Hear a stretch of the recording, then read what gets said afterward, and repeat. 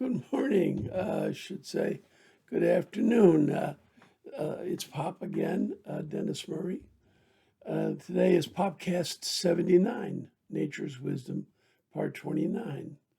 I will tell you that the other day I told some, I laughed at myself for, often being foolish and doing silly things. And this morning I recorded a lovely, lovely podcast and of course forgot to turn on the mic. So I had to erase it. And I actually have to see a doctor and to talk to a financial lady this afternoon. So I have a lot of stuff to do. So it wasn't the best day to screw up like that, but what are you going to do? Uh,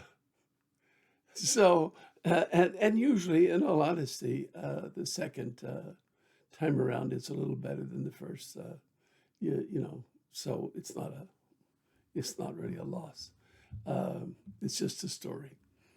Okay, so we are going to talk about the shadow side first today, so to be sure that we get to it. And I was using, waiting time at the doctor's office and reading opportunities at lunch to read up more about the shadow and about ideas of evil in general in Jung. And I had forgotten how conflicted Jung was about evil. And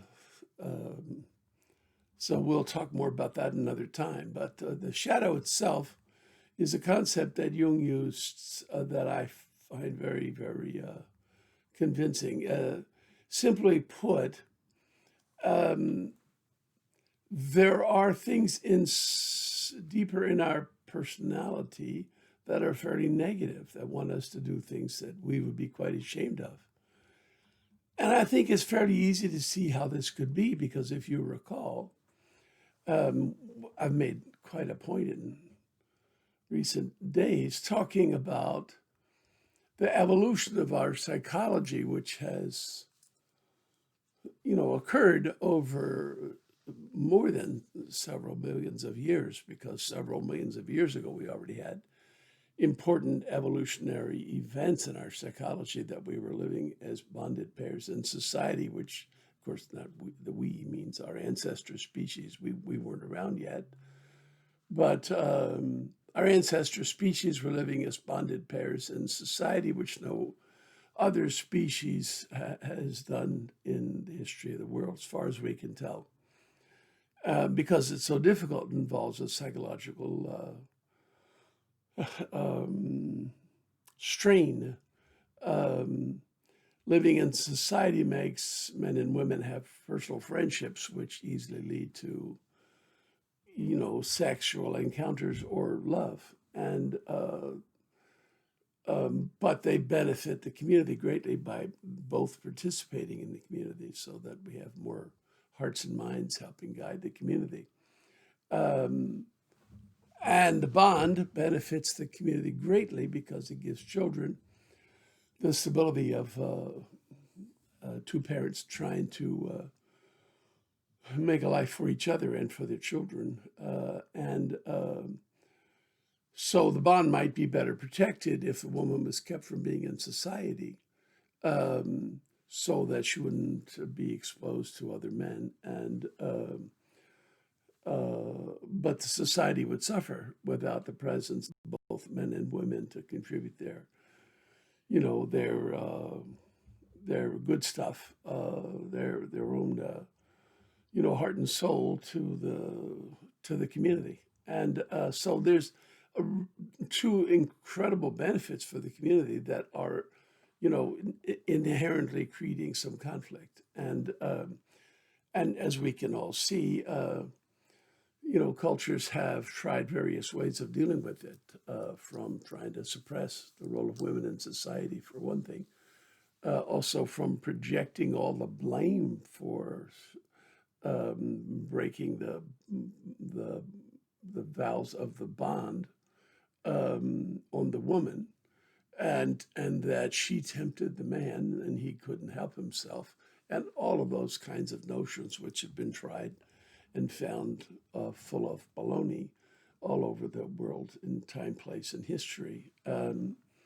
There doesn't appear to be any substitute for what's deeply engendered into us, and that's bonded pairs in society. And all attempts to escape don't appear to come without a bigger price than the benefit. Regardless,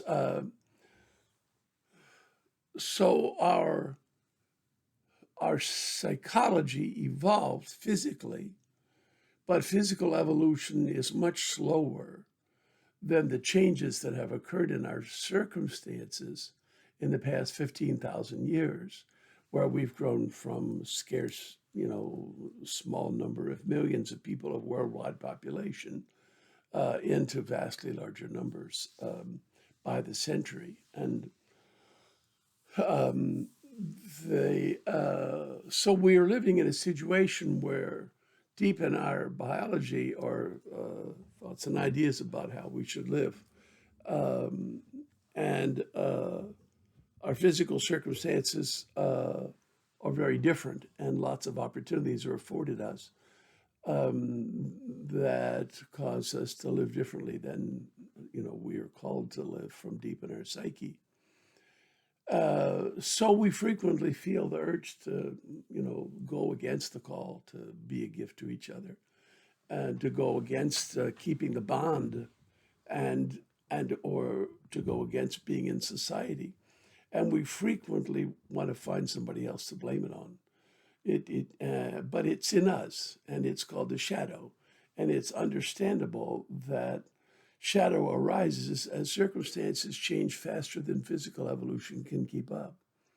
Social evolution occurs slowly, and it'll help in time alleviate shadow by giving us more appreciation of ourselves and our circumstances, and making it a bit easier to accept our own shadow and to forgive ourselves, and to avoid the great peril of blaming others for things that are deep inside ourselves, for our own shadow material, because we just can't accept that they're in us. So that the very things about ourselves that scare us so much, that are our shadow stuff, we feel are in the other, in the them, and so the them is not part of the gift of each other. It's the cause of all the evil that we actually feel inclined to do in ourselves, and would be humiliated by having to come to terms with. So the shadow, it's a pretty elaborate psychological concept that Jung invented, and like most things about Jung, and I'm reading Murray Stein's book, Encountering Jung series of books. This one is Murray Stein selecting various quotes from Jung to put together in the general category of Jung on evil. So, but he begins with a detailed discussion of Jung's thought, and it's fascinating. And one of the things he makes very clear is that Jung often said things that weren't entirely consistent, and he often said them in very different ways as he talked about them time and again in his very long career and his voluminous writings. So that, Murray Stein is saying you can't put together exactly what Jung says about evil without including contradictory phrases. And if you would attempt to rule out the contradiction, you'd lose Jung. You wouldn't be, dealing with the reality of what Jung's thought was.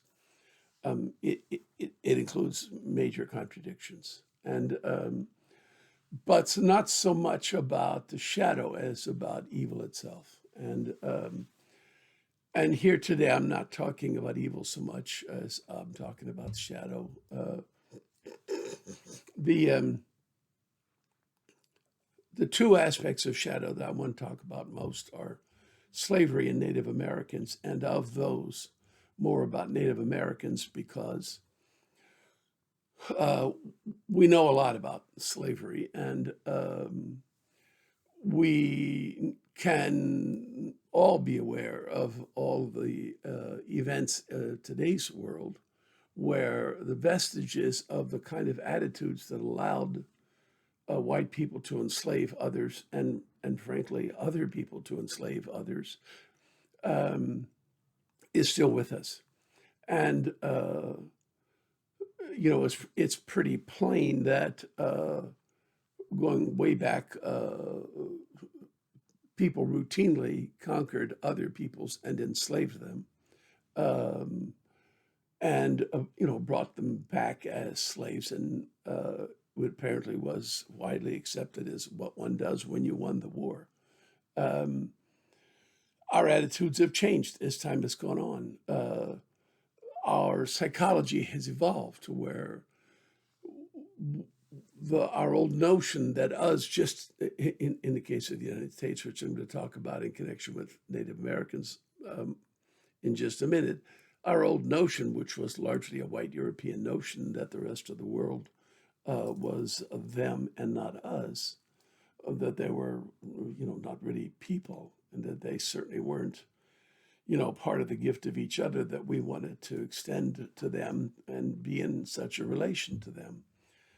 Um, and um, this seems very old and very well established in our general attitudes.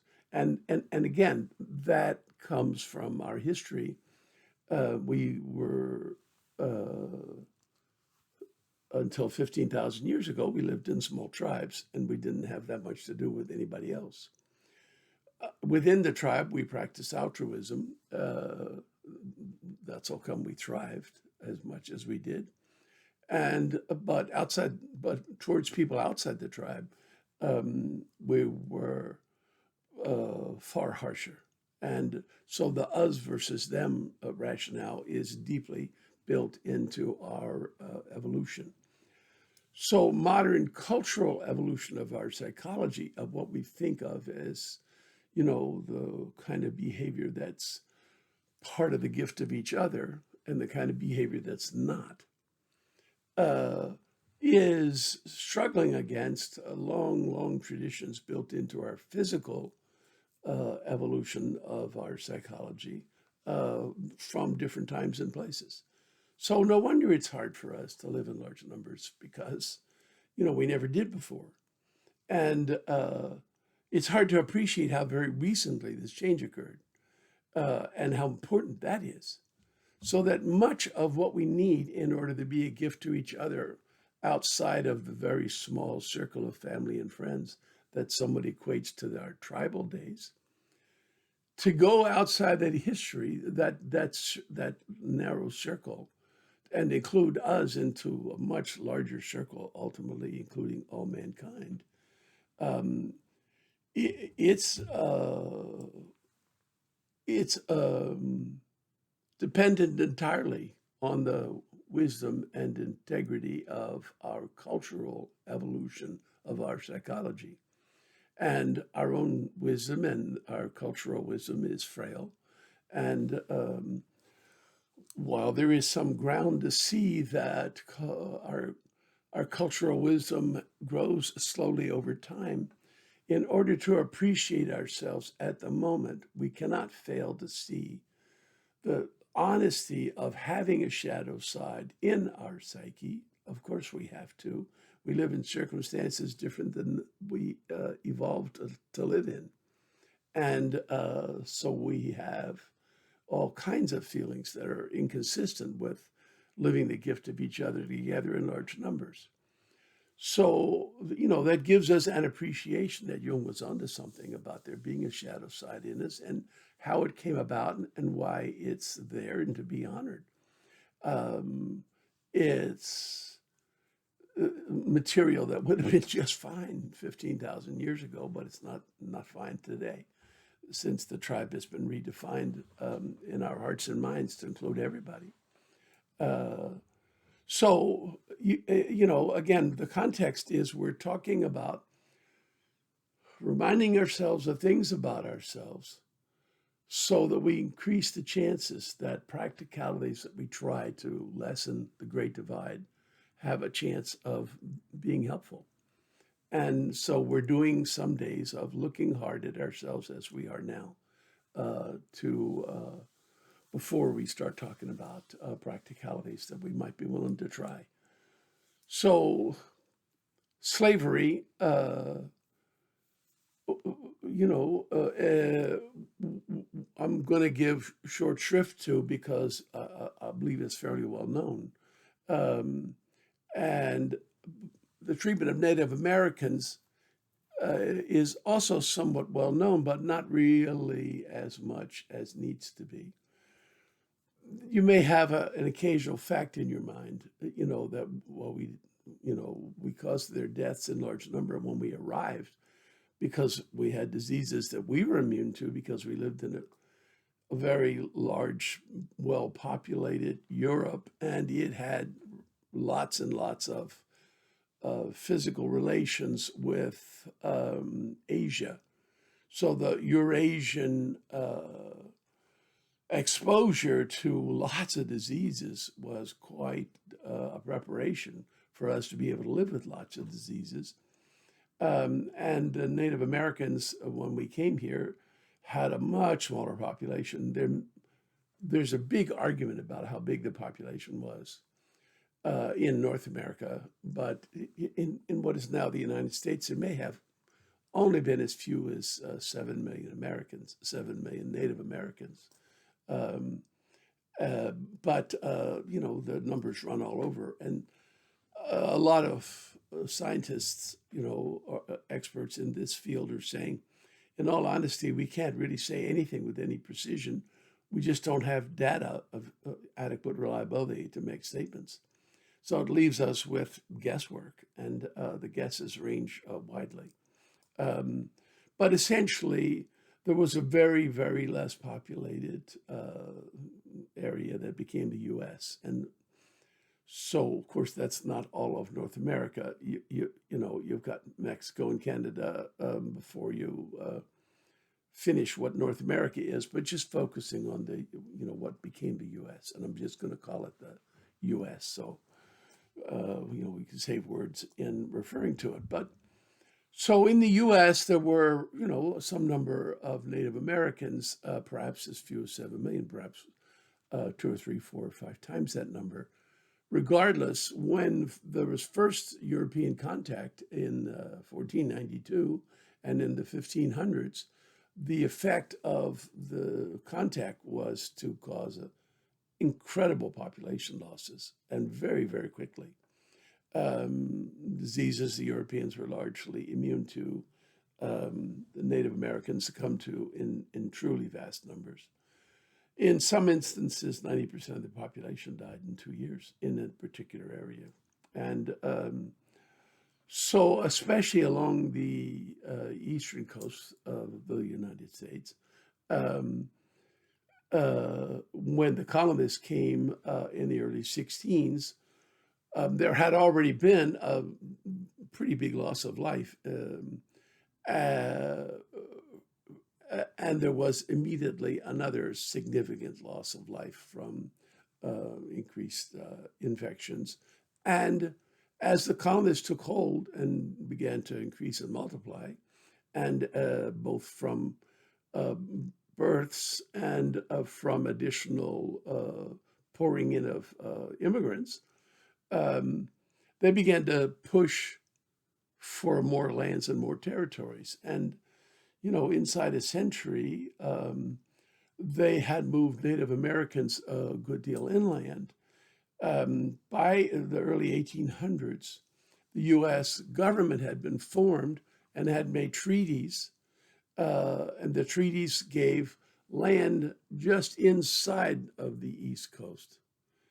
For example, in Georgia, you know, near I can't remember the exact modern day towns, but a big chunk of land on the western part. And up in New England, there were still large amounts of land that the United States government by treaty had granted to the Native Americans. And in all honesty,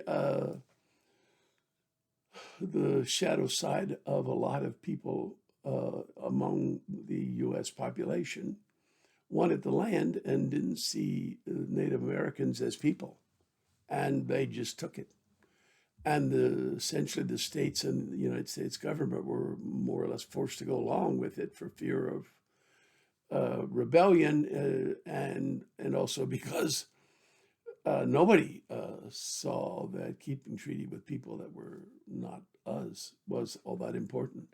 And so this simple, narrow definition of us and them, harking way back to as if we were 15,000 years older, uh, is morally and emotionally troubling, and so is shadow stuff we don't like about ourselves that we're ashamed of.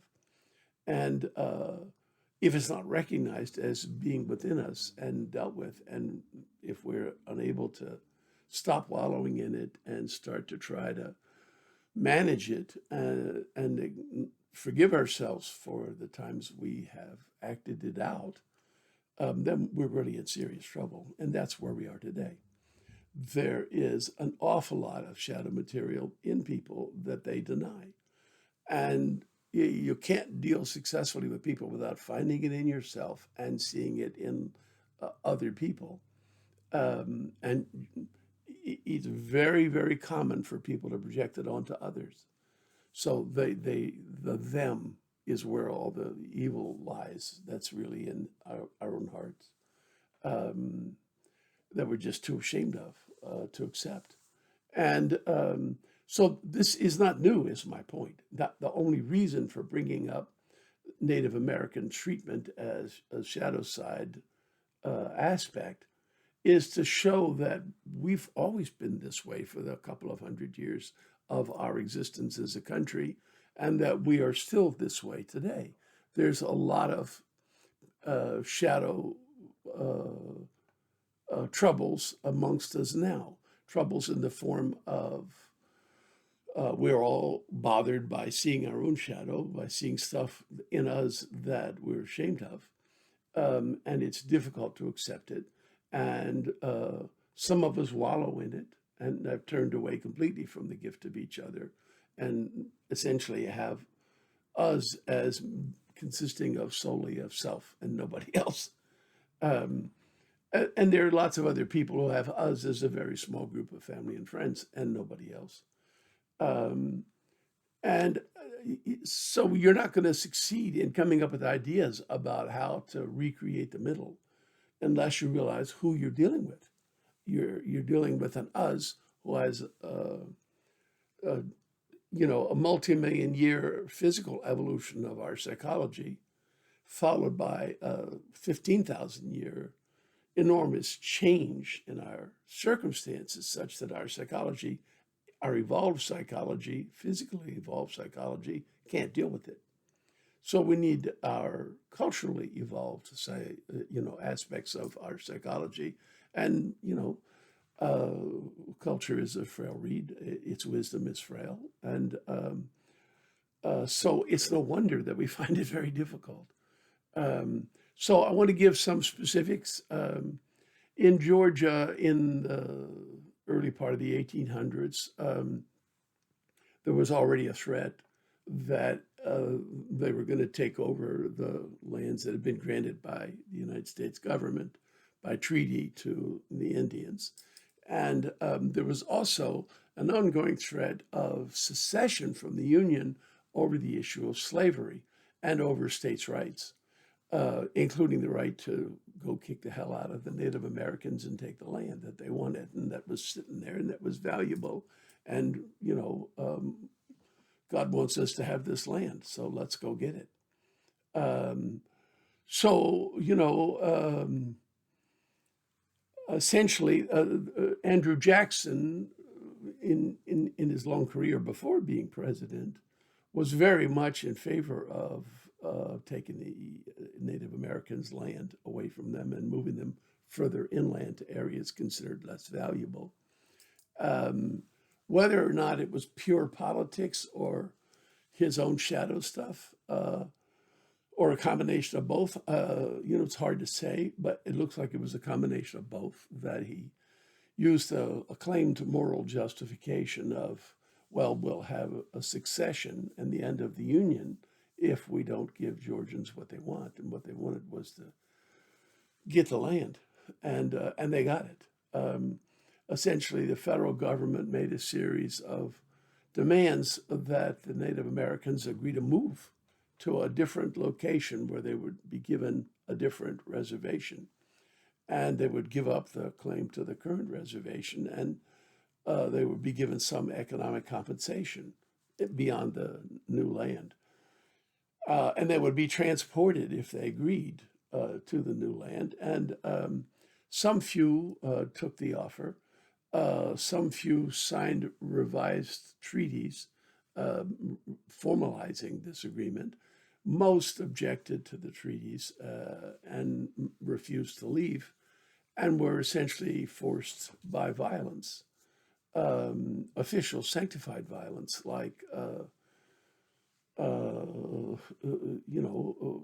like is going on today in the city of Portland. The the militias in Georgia were given permission, and some were hired under contract, and some just took action with the blessing and the eye blink of the governors of Georgia, and with U.S. just sort of backing off. And they pushed all these people out, and there was the famous Trail of Tears. It spread the Native Americans in a big chunk of southern states, Florida, Georgia, some from Mississippi, and some from the Carolinas, were all forced to leave their eastern coastal holdings and to go to the further west where the new reservations were located. And some were transported with violence and in the worst of conditions. And it was almost like, a torture march, like that one in the Philippines in the Second World War. A lot of people died on the way. There were scarce provisions. There was physical violence. There was hardship and cold. Some were put on boats on the Mississippi or Ohio. Some were put on boats on a river and transported by boats that were inadequate and drowned when the boat went under. But most of them were forced to go overland, and many died on the way. And essentially, very few were able to hide and stay behind. Those few are the modern members of the Native American tribes that exist in Florida and the Carolinas. And I think there may be some left in Georgia. Honestly, my apologies, I don't know. But in due time, the Native Americans were then pushed out of the other reservations they were moved to, and that continued all the way to the West Coast. Every time they were assigned to land further away that didn't appear to have any value, something would come along and show that there was value in the land. And of course, they weren't us, they were them. The shadow side said there's, the only good Indian is a dead Indian. And essentially, that was what a significant portion of our population felt. And that's how a significant portion of our population acted. So it's not just suddenly today we're looking up and realizing, oh, gee, there's some people with shadow stuff going on amongst us. There have always been a significant portion of us who are wallowing in shadow, and quite a few who from time to time engage in shadow behaviors. And of course, plenty of people at all times who deny their own shadow and project it onto others, say, oh no, the evil that's in me that I'm afraid of, that I don't accept and don't see, it's actually him coming down the road bringing it. us, them, not us. So, we're this people with this complicated psychology that is using wisdom to catch up to circumstances that have changed faster than physical evolution can deal with. There's no reason why it should be easy. It ought to be hard as a bitch, um, because the change has been incredible. And we didn't even know the difference between good and evil until a relatively short time ago. In the modern sense of, good and evil, we weren't able to judge the morality of our own behavior, which is where the shadow stuff comes from, uh, until relatively recently. It may have only been 5 or 7 thousand years ago. Um, and, we see in I know I've spoken about this before, but just for a moment, we see in the Iliad that the gods act, and they act foolishly, and men have no choice except to accept that there's only chaos and nonsense from the gods in the universe, and all we can do is try to live as nobly as possible and comfort ourselves that we live nobly. Um, and then, in the Odyssey, for about 400 years later, about let's see, the first one was written about 1100 BC, and the second one about 700 BC. So a very short time ago, you know, um, in that one, men hold themselves responsible for their own behavior. So in just 400 years in Europe literature, in literature considered the greatest classics, there's this change. And the change includes individual responsibility for our own behavior. And that's the beginning of, dealing with this vast change in social circumstances that the evolution of our psychology has not been able to keep up with. And that's so recent. I mean, we're like toddlers. If you want to look at it that way, well, perhaps we're 10-year-olds. We're only a few years past the development of the kind of reason that allows us to make moral judgments of our own behavior and discover within us the willingness to do some things that are humiliating and shameful. And that condition is normal and natural, and as a product of our thriving. Sometimes a business can go broke getting rich because all kinds of new problems arise. I used to represent a fair number of small businesses. So you're doing well, and now all of a sudden you need more capital, but you're not an old established firm with a lot of resources, so that banks aren't too interested in you because you don't have anything you could seize and sell in case things go badly. And they often do go badly for growing young businesses.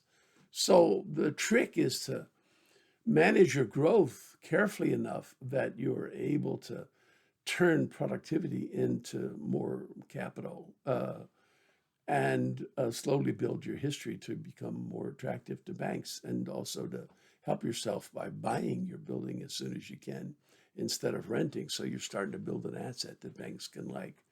There's a lot of small tricks to small business people who, are dealing with the problems of growth. And believe me, it's really easy to, fall apart. So you and your buddy, now it turns out that everything was hunky dory until you started making money. And your buddy's husband, your partner's a woman. Your buddy's husband, wants her to bring home a bigger paycheck. And you and your buddy both realize that the only way you're going to continue to be able to fund your growth is to keep the profits in the business. And so now you've got a problem. And, 10 years down the road, you and your buddy both have teenagers. And now the question is either one of them going to work for the business, and et cetera. I mean, it's real easy to go broke on the way to getting rich. And it's real easy to have stuff fall out of the sky and land on your head when you're thriving. And that's where we are as humans. We thrived. And thriving in its broadest natural definition is increase and multiply. And we did a lot of that. And but we've now thrived so much that we've completely outgrown our evolved psychology and are dependent on culturally created psychology, our own personal wisdom cast, into communal form. And everybody knows how frail their wisdom is. And so, since our circumstances are so different from what our natural wisdom calls for, we're dependent on the wisdom we're able to come up with by looking and learning and thinking and feeling and loving and hating. It's hard. And that's the context we're in that we need to keep in mind. So, enough for today. I got a lot more tomorrow. There's a lot more stuff to talk about and think about before we get to possible particulars. Okay, take care. Bye bye. See you tomorrow.